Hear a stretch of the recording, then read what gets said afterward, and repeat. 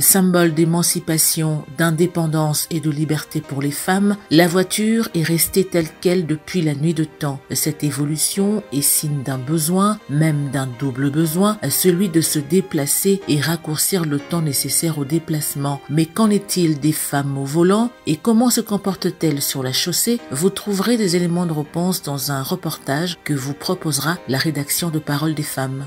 Si la conduite fut pendant longtemps l'apanage des hommes, l'on peut affirmer aujourd'hui que le public féminin apprécie de plus en plus les plaisirs de l'asphalte. Et pour revenir sur l'expérience au volant, nos deux invités de ce jour, Lisette Kenga Kelekelo ainsi que Tania De Souza, femmes actives et conductrices de voitures, partageront avec nous leurs folles aventures au volant. Ce sera dans la rubrique rencontre. Et pour terminer, nous respecterons notre tradition en ouvrant comme à l'accoutumée le portail de l'actualité de la condition des femmes dans le monde.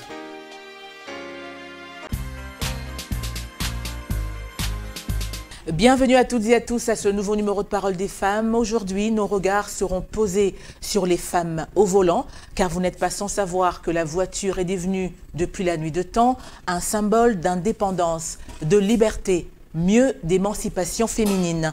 Et pour en parler on ne peut plus largement, nous recevrons sur ce plateau deux femmes actives, travailleuses, plus encore conductrices d'automobile.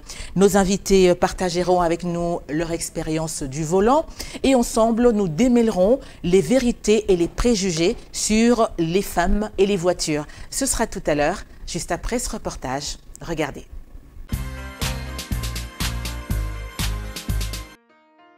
Être une femme ne se réduit plus à un genre et se redéfinit finalement en permanence selon le contexte, les stades de vie, les envies, les rencontres, les tendances, les projets, les sensibilités ainsi que les besoins. Elle s'affirme, se réaffirme, se dépasse, joue avec les codes et franchissent la ligne blanche, parfois avec audace. La vie des femmes peut donc se révéler être une vraie aventure. Pour se donner les opportunités de travailler, sortir, saisir des occasions, la voiture est un outil indispensable. Elle devient un symbole d'indépendance, d'émancipation et de prolongement de soi. La conduite fut pendant longtemps l'apanage des hommes, mais peu à peu, les choses changent. Le public féminin apprécie de plus en plus les plaisirs de l'asphalte, sensations de vibration, rugissement du moteur, trajectoire, etc. Les femmes démontrent un intérêt grandissant pour les automobiles et sont sélectives quant au modèle. Elles causent moins d'accidents, non pas parce qu'elles savent mieux conduire que les hommes, mais parce que leur comportement est bien plus responsable. Les femmes ont 3 fois moins de risques de mourir sur la route que les hommes pour le même nombre de kilomètres parcourus. Mais à quand remonte cette histoire d'amour? C'est à partir des années 60 que les femmes sont parvenues à s'approprier l'automobile qui au départ est considérée comme un objet d'homme. Mais à la différence de la jante masculine, la voiture constitue pour les femmes un symbole de liberté et non de pouvoir. La voiture a participé à l'émancipation de la femme en lui permettant de prendre son indépendance, même s'il aura fallu du temps pour qu'elles aient accès à la place du conducteur plutôt que celle de passagère. Certaines ont été des vrais précurseurs, mieux, des véritables tractrices de changement. De tout temps, les femmes ont insufflé un dynamisme et une force admirable pour s'imposer dans un monde conçu par des hommes et pour des hommes. Le chemin vers la parité est encore lent et aucun acquis ne l'est vraiment.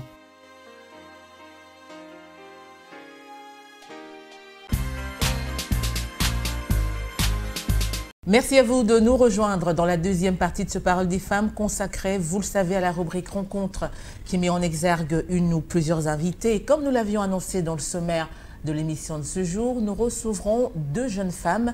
Elles sont travailleuses, donc très actives. Et surtout, ce qui nous intéresse, elles sont conductrices d'automobile. Donc, elles sont fières de conduire seules, sans chauffeur, leur voiture. Donc, elles vont partager avec nous aujourd'hui leur expérience au volant, justement. Alors, on va rappeler, il s'agit de Lisette Kenga Kelekelo, qui n'est plus à présenter, journaliste à Digital Congo.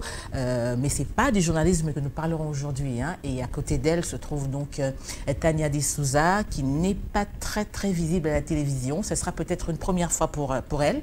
Et elle a été très courageuse. Elle va donc, elle aussi, partager son expérience du volant. Mesdames, bienvenue sur ce plateau de Parole des femmes. Merci. Et merci en tout cas pour le temps que vous avez pu nous accorder afin justement de partager un peu cette expérience. Okay. C'est vrai que c'est stressant de conduire, vous allez nous le dire.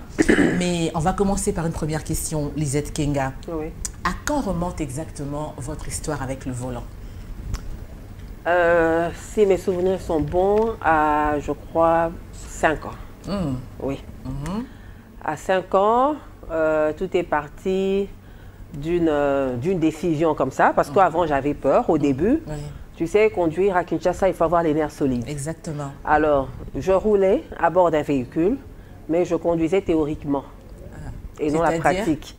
C'est-à-dire quoi, je guidais le chauffeur, j'étais là, mais tu as fait une fausse manœuvre et tout, mais je ne pouvais pas tenir le volant. Alors, un jour comme ça, avec les collègues à la rédaction, j'ai pris une décision. J'ai vu tout le monde conduisait en fin de compte.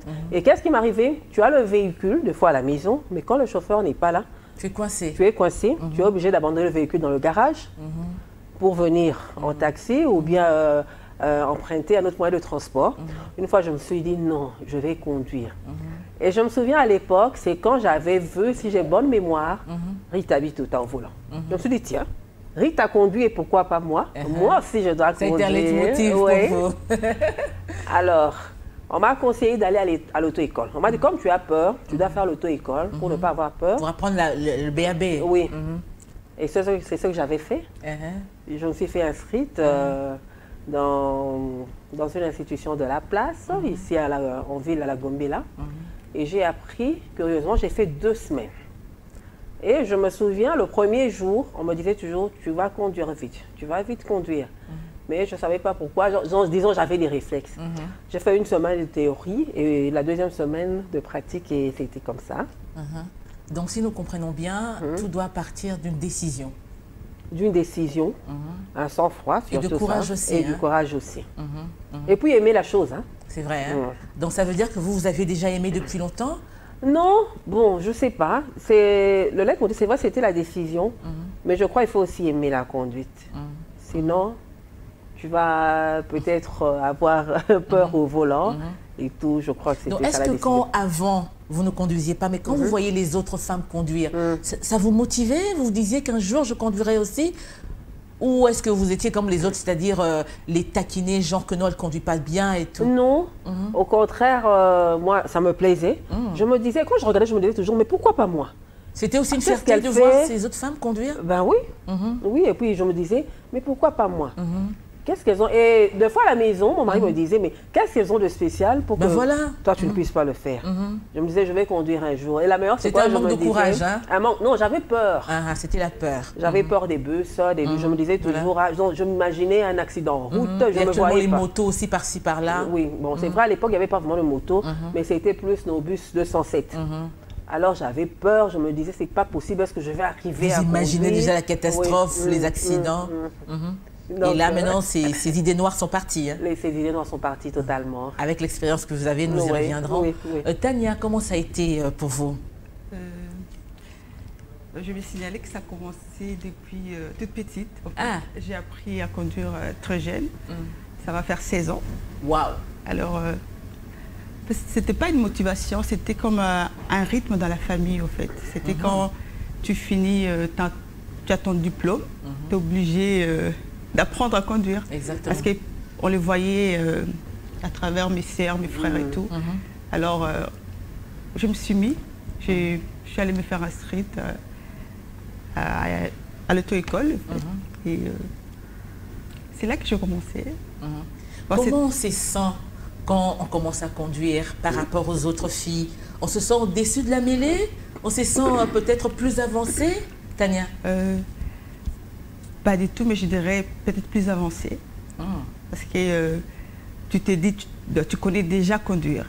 Mais les autres, elles doivent apprendre en fait pour conduire. Et c'est ça. C'est un signe de liberté, d'indépendance? Les deux. Liberté et indépendance. Lisette, c'est vrai que ça va faire 5 ans que vous conduisez. revenons un peu par rapport à la formation. Oui. Comment c'était, vous arrivez pour la première fois dans une salle, des cours, vous voyez les autres filles, c'est d'abord la théorie, après la pratique. Comment c'était, que ça soit l'ambiance, le contact, comment c'était? Bon, en fait, c'était bien. Quand on est arrivé, en tout cas, c'était une ambiance de convivialité. Tout le monde voulait conduire.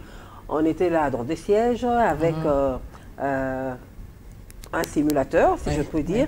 Mais c'est vrai, le simulateur est venu après. On a commencé par les règles générales. Tu vois, on a appris les signaux, comment interpréter les feux, le code de la route en soi. Et durant la première semaine là, on a fait une petite évaluation aussi pour voir si on a maîtrisé un peu. Et après, c'était la pratique. C'est vrai, le premier jour, moi je peux dire conduire d'abord une voiture manuelle. Pour ceux qui conduisent savent quand je dis manuel. C'était un peu compliqué. Un peu trop. Oui. Évidemment, j'avais je ne sais pas, mon guide à côté. Exactement. Et enfin, moi, j'étais ravie. Hein. Je peux dire un peu fière, quoi. Je me disais, OK, ça va aller. Mais quand je suis sortie sur la chaussée, c'est vrai, je n'avais pas très peur, mais je n'avais pas le réflexe. C'était soit il faut freiner, embrayage, voilà. Ces exercices-là. Mais heureusement qu'il y a aussi du côté de l'apprenant. Hein? Le premier jour, c'était quand même bien, un peu bien. Le deuxième jour, ça allait. Et le troisième jour, ça a roulé quand même. Ça a roulé parce que je me souviens, j'avais même fait une longue distance.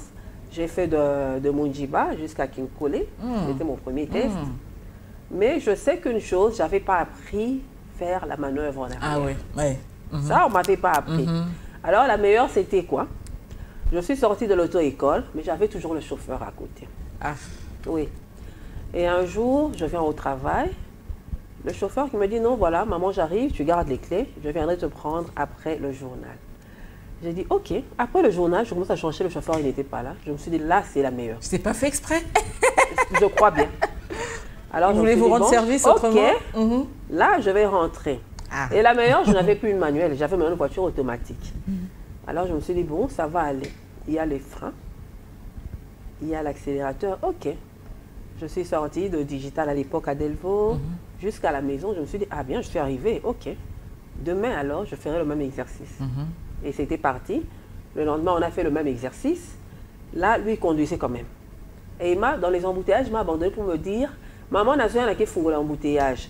Je me suis retrouvée maintenant entre deux remorques. Je me suis dit, bon, là, c'est la meilleure. Bon, je n'avais pas peur. Je me disais, bon, est-ce que ce grand car peut me cogner? Je ne sais pas trop. On avançait. Je me souviens encore. Maintenant, je devais virer pour entrer maintenant vers prendre la direction du Digital. Là, j'ai eu un petit problème. Et il y a maintenant un autre conducteur qui me guidait maintenant pour me dire, va à gauche, va à droite, c'était ça et puis c'était parti. Alors l'émotion, qu'est-ce que vous avez ressenti, on va dire ça, premier coup du chauffeur? Vous abandonnez, on va dire ça comme ça, peut-être pour vous rendre service, il fallait, vous étiez dans... Exactement, vous étiez obligé de le faire. Comment vous sentiez-vous au volant? Il fallait rentrer à la maison. En fait, je me disais, je devais me rassurer parce que je me disais, je n'ai pas droit à l'erreur, je dois arriver à la maison. Mais je sais que je ne paniquais pas. Je ne paniquais pas. Et c'était peut-être dans la tête, hein, comme j'avais la théorie. Exactement. Donc là, je me suis dit, j'ai appris ça, je vais arriver. C'était ça, en fait. Ah, mais c'est très bien. Alors, Tania, c'est vrai, après les cours chez vous, bon, c'était normal, hein, il fallait après les cours automatiquement apprendre à conduire.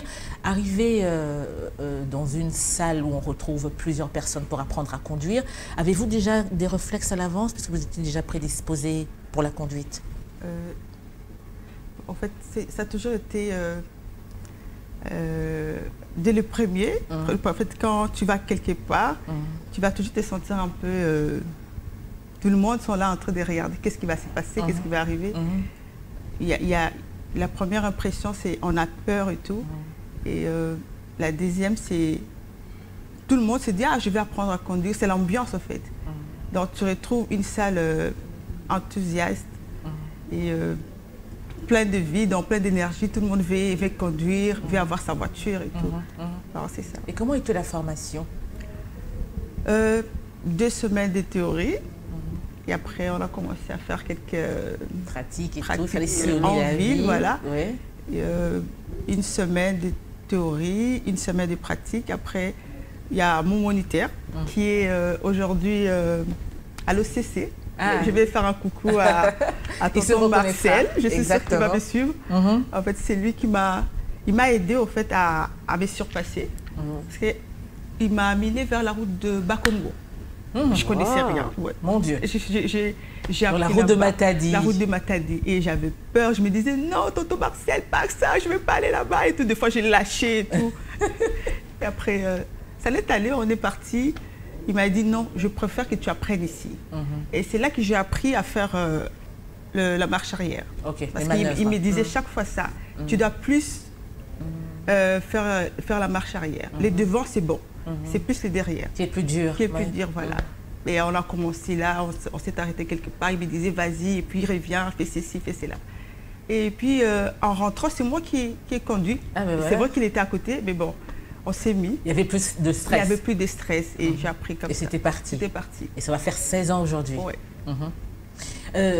Qu'est-ce que vos amis pensent de vous?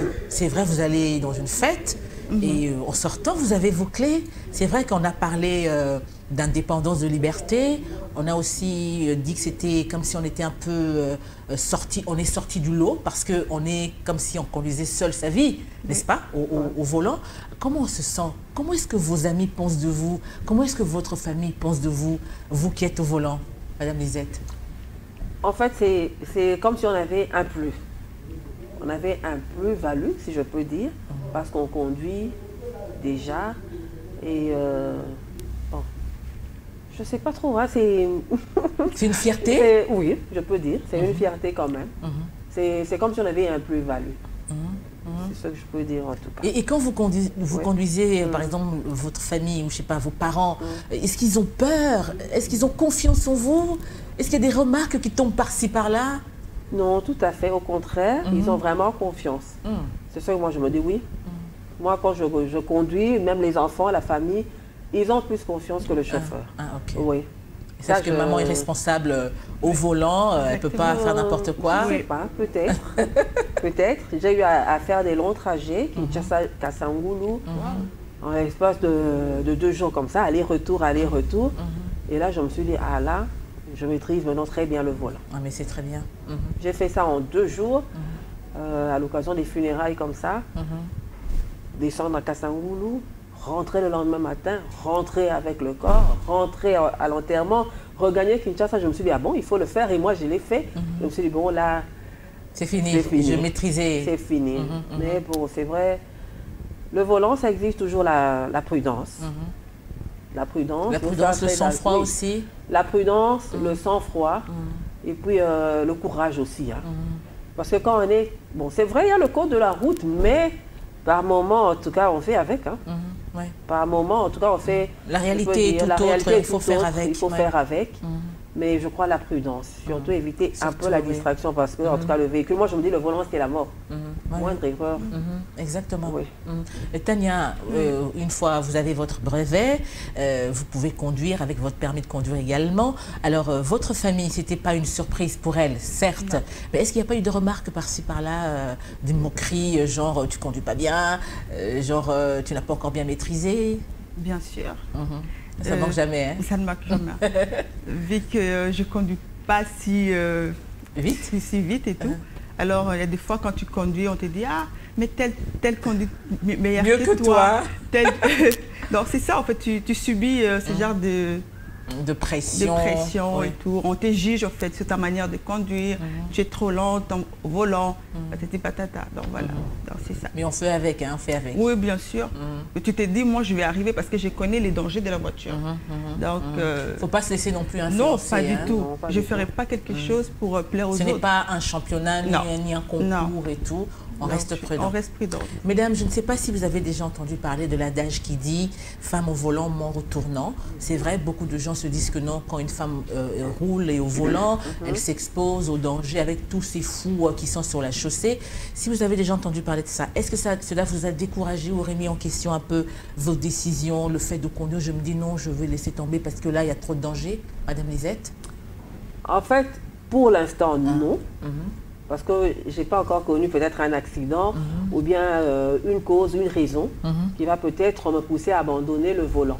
Mais je sais que quand je conduis, je me dis toujours, je dois faire attention. Hein, ce qu'on dit, mi bâti là, va bâti là. Parce que peut-être tu peux te dire, je roule par exemple sur cette chaussée, j'ai la priorité, mais tu te retrouves avec des gens peut-être qui ne connaissent pas le code de la route. Exactement. En tout cas, ça exige vraiment beaucoup d'attention.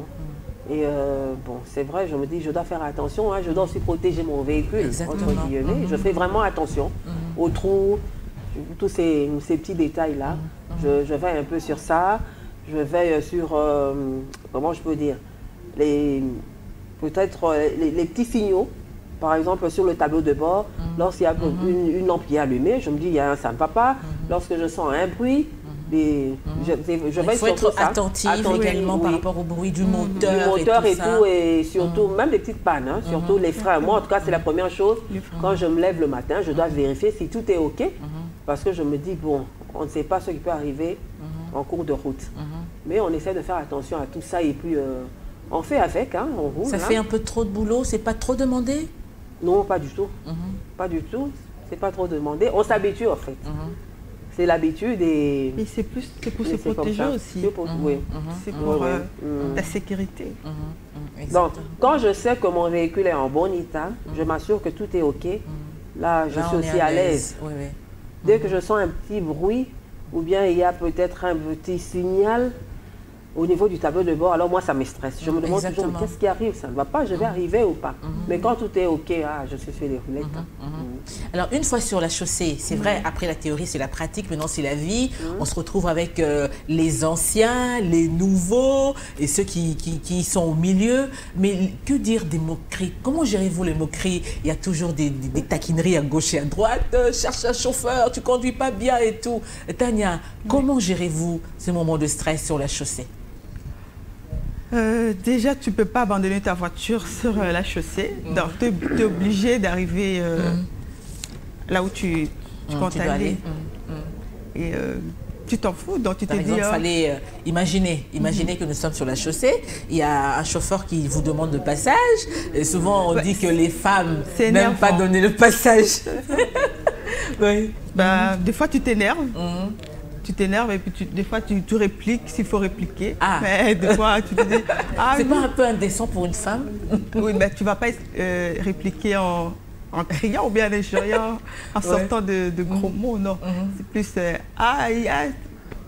tu vois, tu peux te dire laisse-moi et tout, voilà. Dites-moi Tania, qu'est-ce qui a changé dans votre vie depuis que vous conduisez, du point de vue comportement? Est-ce que ça modifie quelque chose? Non, pas du tout. Pas du tout. Peut-être qu'avant, vous ne parliez pas beaucoup. Depuis que vous êtes au volant, vous êtes obligé de parler trop parce qu'il y a d'autres chauffeurs qui vous font trop parler. Non, je ne pense pas. Il n'y a pas ça. Tu restes la même. Parce que tu conduis le matin, le soir, tu rentres à la maison, demain matin, tu fais la même chose. Ça ne change pas. Mais Lisette, on a connu des gens comme ça, qui au début étaient taciturnes et au moment où, au fur et à mesure qu'elles conduisent, elles deviennent loquaces. Elles commencent à trop parler, elles commencent même à devenir impolies. Parce que les personnes qui conduisent, qui le retrouvent sur la chaussée, les poussent à parler, à l'énerver. En fait, au volant, oui. Je ne sais pas si c'est seulement ici à Kinshasa, mais... Moi, je me dis, tu n'as pas le choix. Moi, par moment, de fois, on me dit, tu es trop bavard au volant. Tu t'énerves. Ce sont des gestes. Ce sont des motards qui font des fausses manœuvres. Ce sont d'autres chauffeurs qui t'insultent au volant. Et je ne sais pas. Et des fois, je me dis, ne vous en faites pas quand on insulte au volant. Là, ce n'est pas un péché. Ne vous en faites pas. C'est la route. Ça compte pas. Et par moment, des fois, on rigole même. Tu vois, il y a même quelqu'un qui peut t'énerver, tu fais des gestes, tu es malade, ta tête, là, ça va pas. Quelqu'un qui klaxonne derrière toi, et puis quoi encore? Et quand on a une panne, là, on stresse encore davantage, et vous voulez quoi? Donc, ce sont des réalités qui passent. Des fois, tu peux voir, trouve un chauffeur, et lâche-moi, c'est compliqué. Exactement. Ce sont des gestes qu'on adopte au volant, et quand on descend, c'est fini, on oublie. On oublie. Mais oui, et je me dis toujours, bon, c'est comme ça, c'est la voie. Des fois, on peut te dire, tu es une femme, je dis, laisse-moi tranquille, trouve un chauffeur. Donc, ce sont des histoires qui passent quand on est au volant. Tu peux pas me laisser passer. C'est un peu ça. Mais vous, personnellement, vous sentez-vous irréprochable au volant? irréprochable. Oui, c'est-à-dire que vous avez déjà bien maîtrisé et tout, donc on n'a pas le droit de vous juger, genre que non, vous ne conduisez pas bien. Non, je ne pense pas. Je ne pense pas. Irréprochable, non. Mais en fait, je ne sais pas. Quand tu es au volant, tu te dis, c'est bon, je connais déjà, ça va, je vais arriver. C'est peut-être l'autre personne qui t'observe, qui peut te dire, ah, là, tu as mal fait. C'est vrai, par moment aussi, tu peux te dire, j'ai brûlé les feux, désolé. Mais quand maintenant, on te conduit par un autre chauffeur, là, maintenant, tu deviens toi aussi guide. Exactement. Mais c'est quoi ça comme manœuvre? Ouais, c'est un peu ça. Pour une bonne angle. Oui. Mais on n'est toujours pas arrivé, hein? On n'est toujours pas arrivé. On apprend tous les jours. On apprend tous les jours. Il y a toujours des gens qui sont plus expérimentés. Il peut te dire, tu vois, sur cette voie, on conduit toujours à gauche. Par exemple, on te dira, tu vois, sur la route, Mata dit, quand tu vas au Bas-Congo, il faut faire très attention avec les remorques. Avec les remorques, exactement. Il faut toujours conduire comme ça. Il faut freiner avant telle distance. Mais avec l'habitude, au fur et à mesure que tu conduis, on développe des réflexes aussi, mais on fait toujours attention. Exactement. Donc la prudence doit primer. La prudence doit primer, oui. Tu peux avoir une panne brusque, une panne des freins, tu es sur une pente, qu'est-ce qu'il faut faire? On pose toujours la question. Et si nous parlions à présent de la distraction, c'est vrai que beaucoup de femmes sont un tout petit peu distraites. Imaginez, on peut parler du téléphone, on peut parler du maquillage. On a vu des femmes au volant en train de se maquiller parce qu'elles ne sont pas prêtes.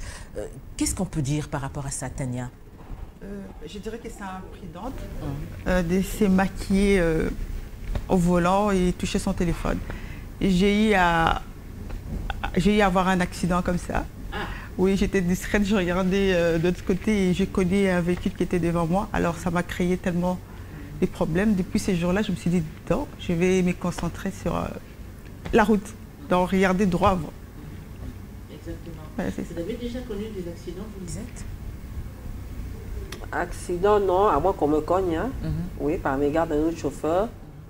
Mais moi, non. Mais je sais que quand on conduit, c'est vrai la prudence. Hein. On peut répondre au téléphone. Tu peux, mais quand tu te rends compte que ça te distrait, là, tu dis non, attends. Tu déposes à côté parce que moi, je me dis le volant, en tout cas, l'accident, c'est vite arrivé. Hein. Oui. Et souvent, on se rend compte que lorsqu'on a déjà cogné, ou bien lorsque l'irréparable est arrivé. Alors, pour éviter tout ça, bon. Quand ça commence à déborder un peu, tu dis, tu demandes carrément à la personne, rappelle-moi, ou bien tu dis, ce truc me distrait, tu peux même pas le vous, attention, faites attention avec tout ça que vous dites là. Mais bon, on fait avec. Oui, on fait avec. Par moment aussi, le chauffeur aussi doit deux fois avoir aussi une compagnie hein, pour éviter peut-être le sommeil au volant, surtout lorsqu'on fait des grandes distances. Et on joue peut-être la musique, tu vois, mais il faut toujours avoir ce réflexe-là de faire attention. De faire attention au volant. Exactement. Il existe des clichés sur les femmes au volant. Premier cliché, c'est notamment les gens disent que les femmes conduisent moins bien que les hommes. Vrai ou faux d'après vous, Tania? Il paraît que les femmes conduisent moins bien que les hommes. Est-ce vrai ou faux d'après vous? Non, c'est faux. Dans quel sens? La femme, elle est plus attentionnée. Prudente. Et elle ne prend pas de risques, hein? Elle ne prend pas de risques. Elle ne cherche pas, par exemple, à chercher à se chamailler avec un chauffeur à côté. Tu vois, c'est ça, en fait. Elle n'est pas dans la distraction, elle est focus. Non, elle est focus sur sa route, ce qu'elle est en train, là où elle va, en fait. Et puis, elle prend aussi le temps de bien étudier les codes de la route, bien les maîtriser. Oui. Elle respecte, en fait. La femme respecte. Donc, pour vous, la femme conduit mieux que les hommes. Elle conduit mieux. Exactement. Madame Lisette? La femme conduit mieux? Non, je ne pense pas. Je ne pense pas qu'on peut aborder dans ce sens-là. Ou pas encore? Peut-être, je ne pense pas. Mais je me dis, la femme est plus attentionnée au volant. La femme respecte le code de la route. Elle est moins distraite au volant que l'homme. Mais dire que la femme conduit mieux que l'homme, je ne sais pas. C'est ce qu'on dit, mais je ne pense pas. Parce que je me dis, il y a de ces réalités, il y a de ces véhicules, il y a de ces distances où une femme, tu peux te dire, même si je conduis, ah là, je ne m'engage pas. Et le fait de dire déjà que là, je ne m'engage pas, tu vois, ça nous réduit un peu. Mais ce n'est pas impossible. Bon, c'est pas impossible. On va dire qu'elle est plus consciencieuse, elle n'aime pas le danger, elle se protège. Oui, elle est plus attentionnée, au fait. Elle est plus attentionnée, elle fait plus attention, elle respecte son code de la route. elle est consciente qu'avec une moindre distraction, tout peut arriver. Elle pense beaucoup plus à sa famille, à ses enfants? Oui. Elle ne veut pas s'engager dans le danger par rapport aux hommes, par exemple, parce que les hommes aiment les risques. Hein. Mais la femme réfléchit par 2 fois. Oui, tu vois.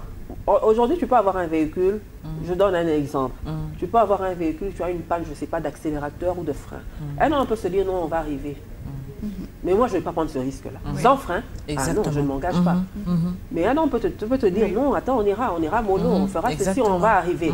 Moi, là, je ne m'engage pas. Et c'est pas ça qui définit être un bon ou un meilleur conducteur? C'est ça peut-être qui font que certains pensent que les femmes ne conduisent pas mieux que les hommes parce qu'elles ne prennent pas trop de danger, assez de danger? Peut-être. Peut-être, ça peut être aussi un argument, mais bon, je ne pense pas, je ne pense pas. Ça peut être un argument, mais je ne pense pas. Ok. Alors, en parlant de panne, il y a un deuxième cliché. Les femmes ne s'y connaissent pas en mécanique. Alors, on va commencer par vous, Tania. Comment faites-vous quand vous êtes en panne? Votre voiture est en panne et vous êtes seule? Ça, c'est vrai. En fait, j'essaye de Pire, savoir. vous n'avez pas de crédit dans votre téléphone. Non, pas jusque-là, Nancy. Bon, en fait, tu essaies de savoir c'est quoi la panne. Oui. Et comme toujours, une femme prudente, elle a toujours un numéro de son numéro mécano. vert. Voilà, exactement. Oui. Et tu descends, tu regardes, tu appelles. Par exemple, moi, c'est ce que je fais. J'appelle les mécaniciens pour expliquer un peu. Voilà, j'ai senti tel bruit dans le moteur. Par exemple, je sens des bruits sur, comment on les appelle? Le pied, là. Les rotules et tout ça. Là. Et il me dit, ah ok, ça va. Bon, je peux passer, attends-moi là où tu es, ou bien je passerai. Tu peux quand même continuer, arrive là où tu seras, et moi je viens, je te rejoins. Donc la femme avec la mécanique, c'est... C'est 2 choses. C'est des choses. C'est vrai. En tout cas pour vous, hein. Ouais, moi, j'ai conduit seulement. C'est pas pour le cas de Madame Lisette. Je sais pas. Que faites-vous en cas de panne? En cas de panne, bon, c'est vrai, la première des choses, c'est toujours essayer de voir qu'est-ce qui ne va pas. Mais en fait, il y a de ces pannes que la femme peut, comment je peux dire, prédire. Non, mais tu peux te dire, bon, j'avais connu ce problème. Lorsqu'on m'a dépanné, on avait fait ceci. Je donne un exemple. Il peut arriver, par exemple, que sur la chaussée, en roulant comme ça, le moteur s'arrête directement. Tu peux deviner, c'est peut-être la batterie. Il y a les bornes. Oui, les bornes qui et là, le réflexe, c'est toujours soit taper quelqu'un qui est là. Exactement. Et c'est un peu de bouger les bornes pour voir. Là, on se rend compte. On peut aussi savoir, par exemple, tu peux te dire, tiens, je sens un bruit. Quand j'engage la vitesse, tu peux te dire, ah, il y a peut-être une diminution d'huile dans la boîte. Bon, moi, je ne sais pas, hein, c'est peut-être parce que je fais attention quand il y a un mécanicien qui répare mon véhicule et je pose des questions. J'allais en venir. Pourquoi il y a ceci, pourquoi il y a cela? Et il me dit toujours, il faut vérifier l'huile de frein, il faut vérifier l'huile du moteur, il faut regarder quand tu sens un bruit, et des fois c'est avec tous je sais pas, ces réflexes-là, toutes ces informations que je fais attention, et lorsque ça me complique, je m'arrête carrément et soit j'appelle le mécanicien, il peut me guider, soit tu me dis carrément arrête-toi.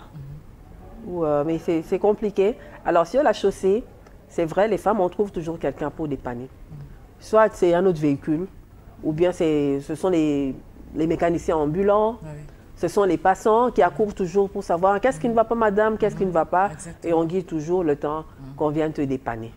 Mais il y a de ces petites pannes que je sais que ça m'arrive souvent, bouge un peu, je ne sais pas, les bornes de la batterie, vérifier un peu l'huile, essaie un peu de faire ceci, là, ça arrive. Comme pour dire que les femmes ne doivent pas seulement abandonner entre guillemets leur voiture entre les mains des mécaniciens, des garagistes, elles doivent être curieuses. Oui, parce que je sais que même à l'auto-école, moi en tout cas quand j'ai appris, on m'avait montré les petites notions là.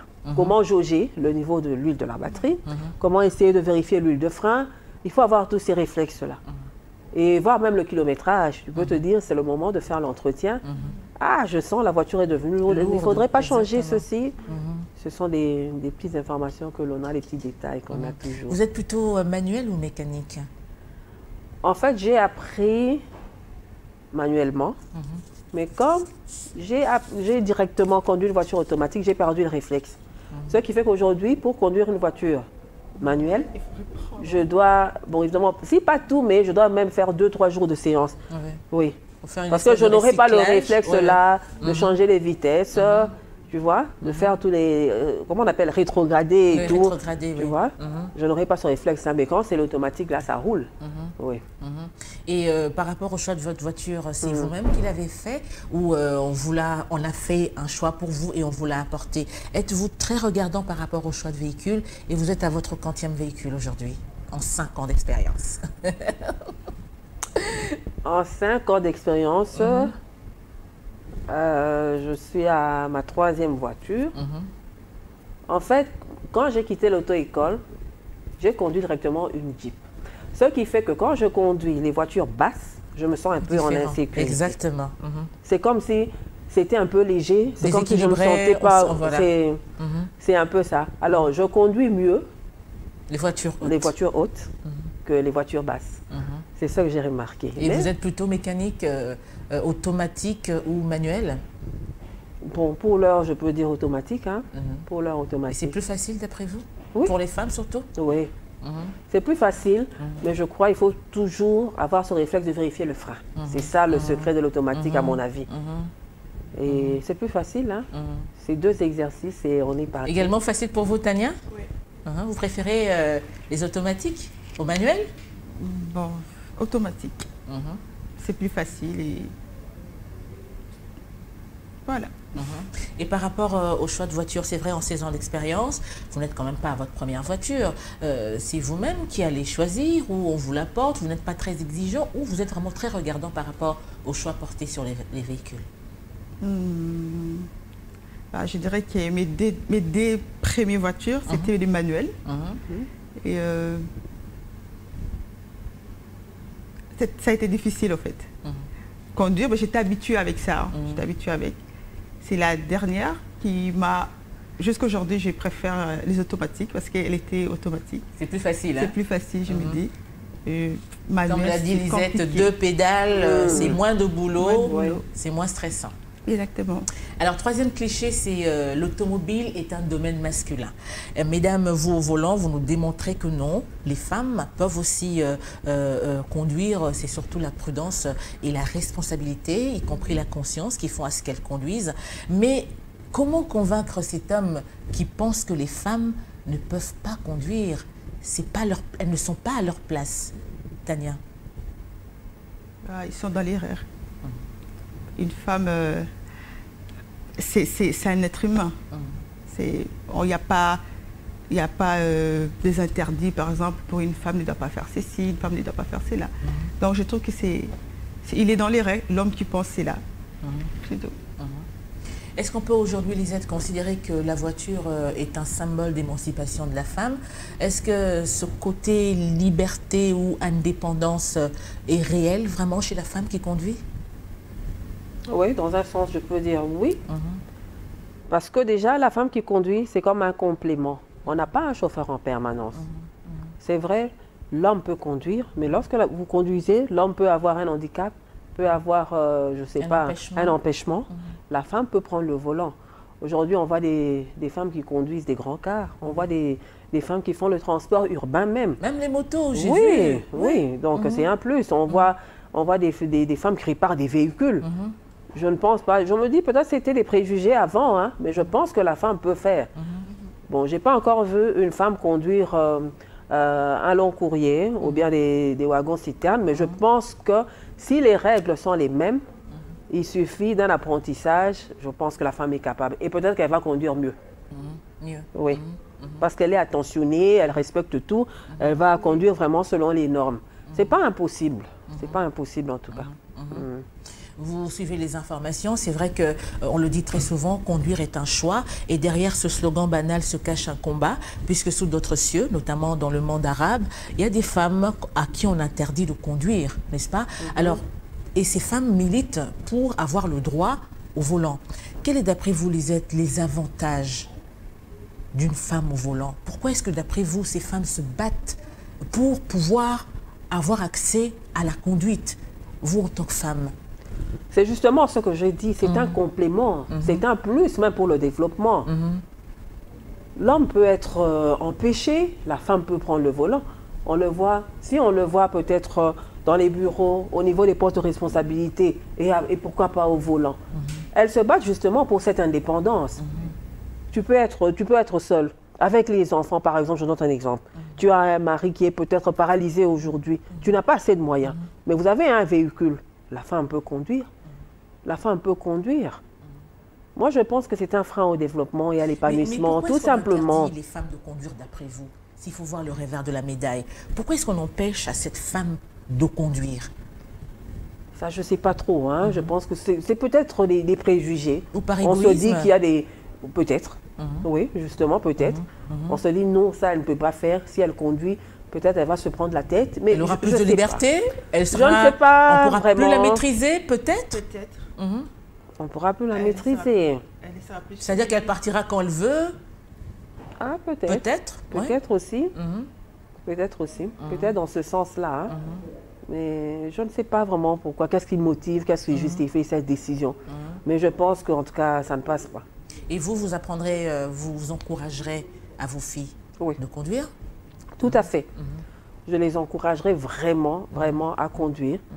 Parce qu'aujourd'hui, avec le monde actuel, vous vous retrouvez dans un milieu où il n'y a pas de bus, il n'y a pas de moyen de transport.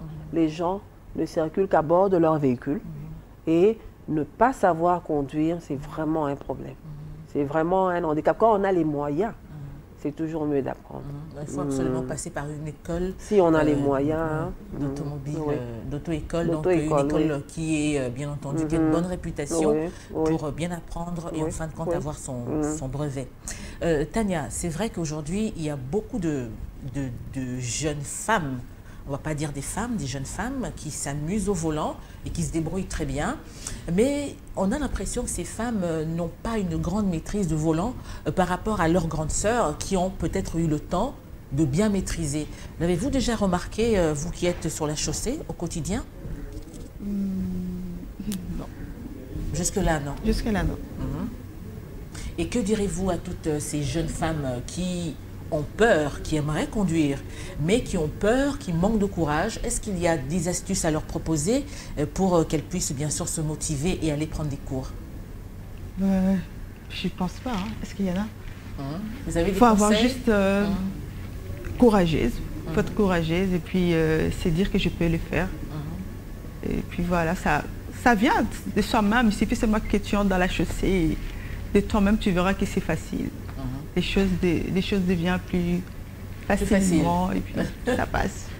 Je ne trouve pas la différence. C'est vrai que Lisette, aujourd'hui, toutes les femmes aimeraient conduire, n'est-ce pas? C'est une fierté de voir une autre femme conduire.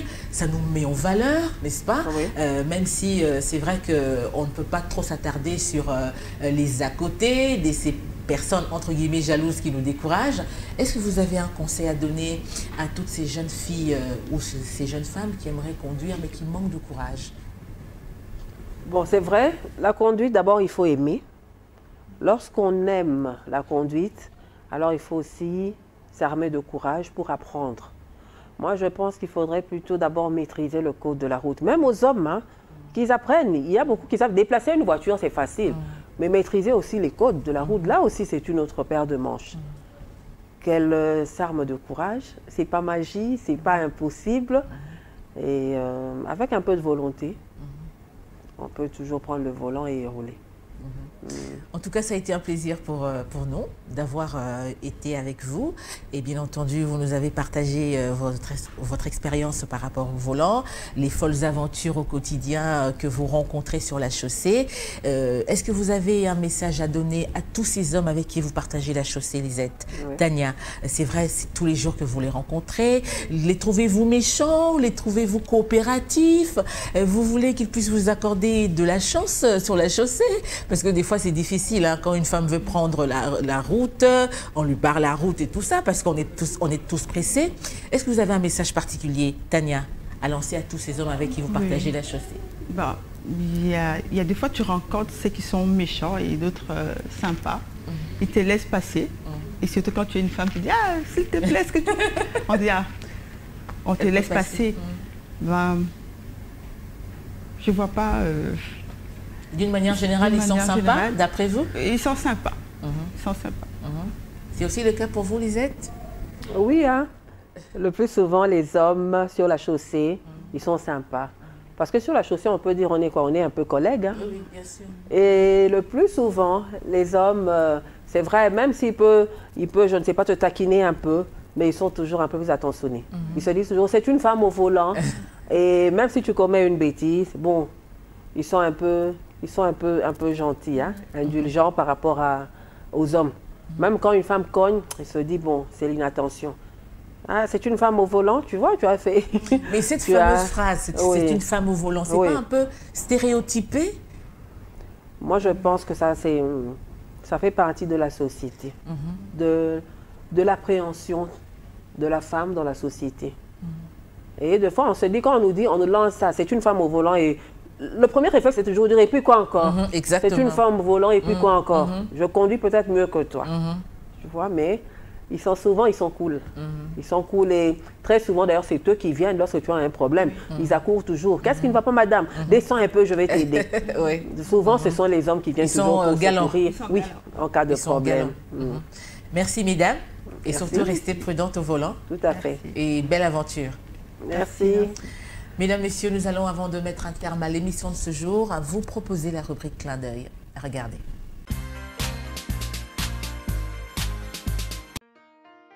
Voici pour vous l'actualité de la condition des femmes dans le monde. Accroupie derrière une cloison, une femme vise une cible à distance puis détale vers une autre position dans ce centre de tir de Zaporizhia dans le sud de l'Ukraine. C'est leur 3e séance au centre dénommé le 6e sens où une équipe de spécialistes vient de mettre sur pied un programme destiné spécifiquement aux femmes pour leur initier aux armes et aux tactiques du combat urbain. Le centre d'entraînement accueillait jusqu'alors uniquement du personnel militaire ou des combattants de la défense territoriale, mais de plus en plus des femmes se présentent à Zaporizhia pour se préparer à l'éventualité d'une entrée des forces russes dans la ville. En vertu de la loi martiale, l'entraînement est gratuit pour tous les habitants de la ville.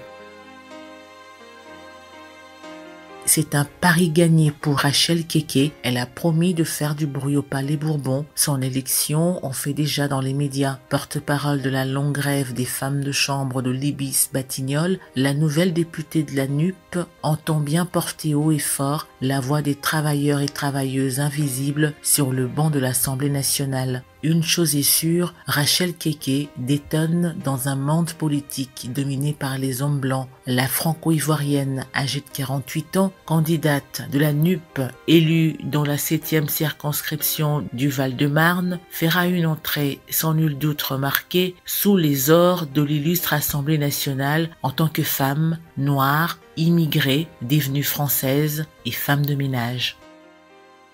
Les dotations financières de l'UEFA ne me regardent pas, a déclaré lundi 20 juin 2022 dernier Corinne Diacre en réponse à la polémique sur les faibles montants qui seront versés lors de l'Euro féminin. La sélectionneuse de l'équipe de France vantant toutefois les moyens fournis par sa fédération. La participation de Bleu au tournoi représente 2,9 millions d'euros de dépenses et en cas d'élimination en quart de finale, cela représenterait une perte d'1,6 million d'euros pour la fédération, a déclaré Philippe Diallo, le vice-président de la Fédération française de football. L'équipe de France, au palmarès encore vierge, figure parmi les équipes favorites pour l'Euro féminin qu'elle débute le 10 juillet contre l'Italie. Ce sera tout pour l'actualité de la condition des femmes dans le monde.